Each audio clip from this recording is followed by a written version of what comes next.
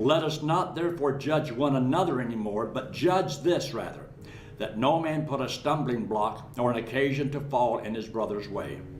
In other words, love the Lord enough that you don't become a stumbling block. Other people may become a stumbling block, but do you want people to stumble over you? Now, I'm 6 feet tall. There's another guy I know that's about 6'5". If he's standing here, it's going to be very hard for me to stumble over him as long as he's standing. But if he falls, it's very easy to stumble over him. So to keep people from stumbling over me, I need to keep standing. And if I stumble at things or people, then other people might stumble over me. So for me to help other people, I need to do right. Now, for example, in my life, like I said, I'm 79. Because I can't explain it really to everybody, and it's not because they go, look at me.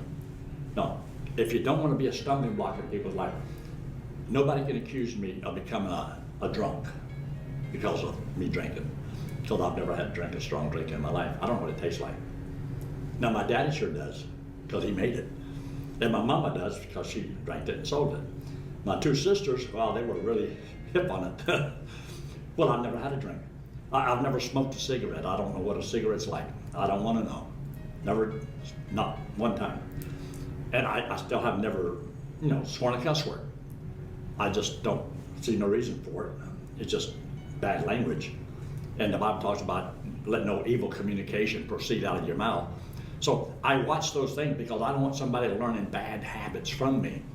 So I want to try to be a good example. So that means I got to watch myself. And it's not about you, because you don't want to be a stumbling block to people. And I try to teach what faithfulness is over the years. But now look at the next verse. Look at verse 14. Well, the last part of that verse is, that no man put a stumbling block or an occasion to fall in his brother's way. You do not want to be the one that causes somebody else to fall. Can you tell if every Christian in the world followed your example, what would happen? What would they be like? If every Christian did exactly like you do, what would the world be like? What would that person be like? So you want to serve the Lord because there's others that are watching. That's why it says, be thou an example of the believer in word and attitude, spirit and love, because somebody's watching. No man is an island unto himself.